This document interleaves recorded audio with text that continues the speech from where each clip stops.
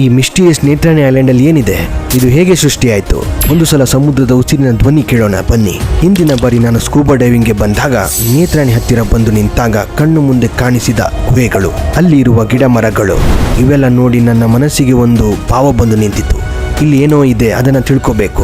ಆಗ ನನ್ನ mutual follower ಅಜಯ್ಗೆ ಕೇಳಿದಾಗ ಅವರು ಹೇಳಿದರು, ನಮ್ಮ ಜಸ್ಟ್ ಡೈವ್ ಸ್ಕೂಬಾ ಟೀಮಲ್ಲಿ ಒಬ್ಬರು ಇದ್ದಾರೆ, ಅವರಿಗೆ ನೇತ್ರಾಣಿನ ನಿಜವಾದ ಕತೆ ಗೊತ್ತು. ಈ ಐಲ್ಯಾಂಡ್ನ 2 ತುದಿಯಲ್ಲಿ ಒಂದು ಗುಹೆ ಇದೆ. ಇಲ್ಲಿ ಲೋಕಲ್ ಜನರು ಇದನ್ನು ಭೀಮನ ಗುಹೆ ಅಂತ ಕರೆಯುತ್ತಾರೆ. ಪುರಾಣ ಹೇಳುವುದು ಏನಂದ್ರೆ, ದ್ವಾಪರ ಯುಗದಲ್ಲಿ ಭೀಮಸೇನ ಈ ಗುಹೆಯನ್ನು ಎತ್ತೋಕೆ ಪ್ರಯತ್ನ ಮಾಡಿದ್ದಾನಂತೆ. ಒಂದು ಕಡೆಯಿಂದ ಇನ್ನೊಂದು ಕಡೆಗೆ ಪಾಸ್ ಆಗಿದ್ದಾನಂತ ಹೇಳಿದರು.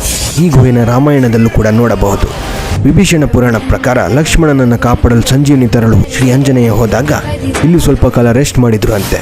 ಆಗ ಶ್ರೀರಾಮನು ಒಂದು ಮೂರ್ತಿ ರೀತಿ ಕೆತ್ತನೆ ಮಾಡಿದರು. ಅದಕ್ಕೆ ಇವತ್ತು ನೇತ್ರಾಣಿ ಗುಡ್ಡ ಮೇಲೆ ಭಕ್ತಾದಿಗಳು ಹನುಮನ ಬಾವಟ ಹಾಕಿ ಅದು ರಾರಾಜಿಸುವುದು ಇವತ್ತಿಗೂ ಕಾಣಬಹುದು. ಇದು ಸುಮಾರು 30 ಎಕರೆಯಷ್ಟು ದೊಡ್ಡ ಪ್ಲೇಸ್. ಹಿಸ್ಟ್ರಿ ಹೇಳೋದು, ಇದು ನಮ್ಮ ಹೆಮ್ಮೆಯ ರಾಣಿ ಚೆನ್ನಭೈರದೇವಿ ನಾರ್ತ್ ಇಂಡಿಯಾದಿಂದ ಪೈಲ್ವಾನರನ್ನು ಕರಾವಳಿ ಹಾಗೂ ಬಂದರು ಸುರಕ್ಷೆಗಾಗಿ ಕರೆಸಿದಳು. ಅವರನ್ನೆಲ್ಲ ಈ ದ್ವೀಪದಲ್ಲೇ ಇಟ್ಟಿದ್ದರು.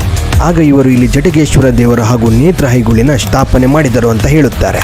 ಆ ದೇವರನ್ನು ಮೀನುಗಾರರು ವರ್ಷಕ್ಕೊಮ್ಮೆ ಹೋಗಿ ಪೂಜಿಸುತ್ತಾರೆ. ಇಲ್ಲಿ ಕುರಿ ಕೋಳಿ ಕೂಡ ದೇವರಿಗೆ ಬಿಡುತ್ತಾರೆ.